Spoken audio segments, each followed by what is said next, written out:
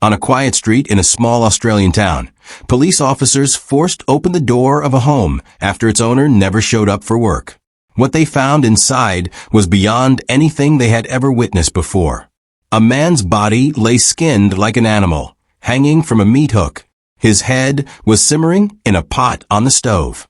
Plates had been carefully set at the dinner table, each one labeled with the names of his children. This was not the work of a deranged stranger. It was the act of someone he once loved, a woman he had trusted. Her name was Katherine Knight, and she would go down in history as the first woman in Australia to be sentenced to life in prison without the possibility of parole. But how did a woman from a small town, a mother of 4, end up committing one of the most brutal and grotesque murders the world has ever seen? Tonight, we dive deep into the story of Katherine Knight, the Butcher of Aberdeen. This is not just a tale of murder. It's a chilling portrait of obsession, jealousy, and violence taken to its ultimate extreme.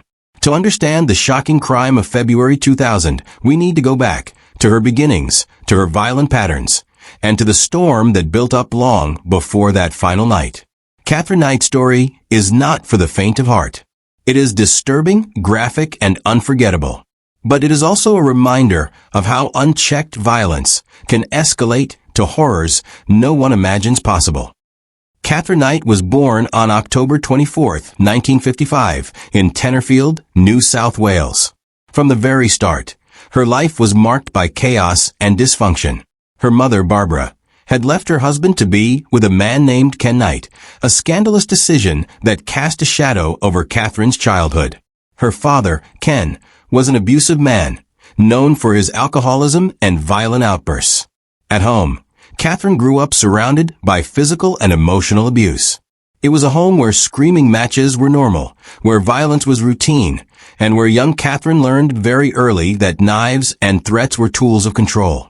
School offered little refuge. Katherine struggled with academics and was known more for her temper than for her achievements. By the time she was a teenager, she had already developed a reputation for explosive anger. Friends described her as someone who could be sweet one moment and terrifyingly aggressive the next. Despite these difficulties, she developed a fascination with knives. In fact, Katherine would later admit that she began sleeping with knives by her bed as a young girl. This strange and troubling habit stayed with her into adulthood.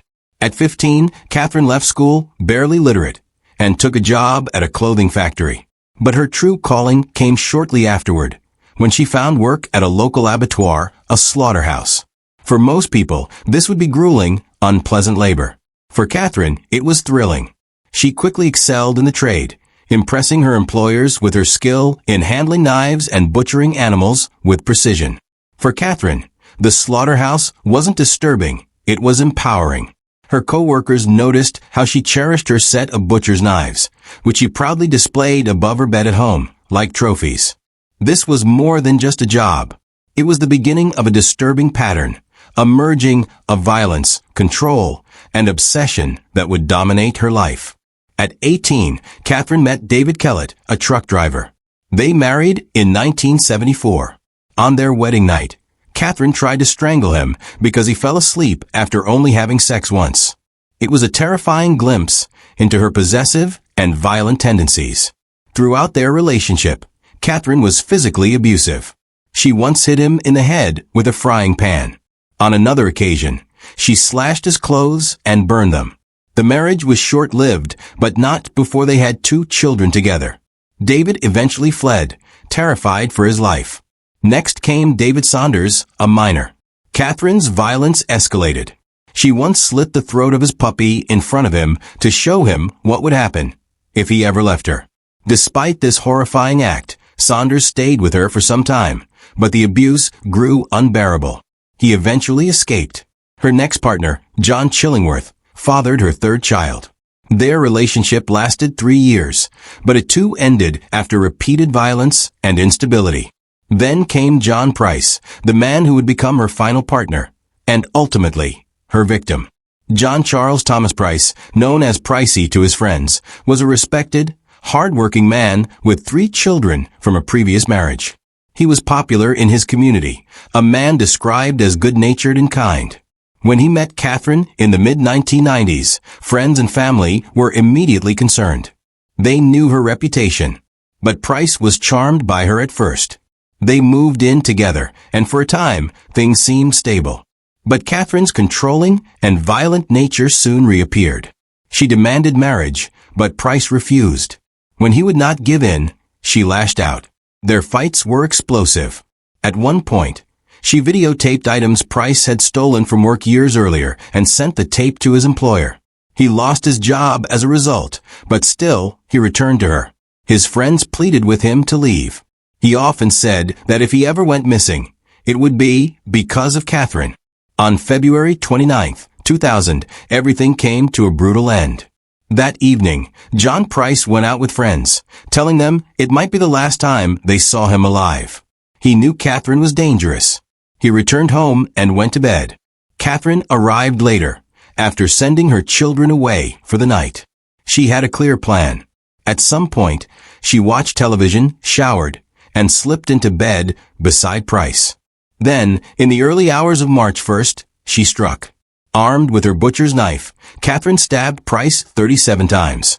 He tried to escape, bleeding profusely, but collapsed near the front door. He died in his own home, brutally and needlessly. But Katherine didn't stop there. What happened next would shock the world. After killing him, Katherine methodically skinned his body with the precision of a professional butcher. She hung the skin from a meat hook in the house. She then decapitated him, placing his head into a pot with vegetables to make a gruesome stew. On the kitchen table, she laid out plates of cooked meat with side dishes. Next to each plate, she placed notes with the names of Price's children, as if she intended to serve them a meal made from their father. This was not just murder. It was desecration, humiliation, and horror at the highest level.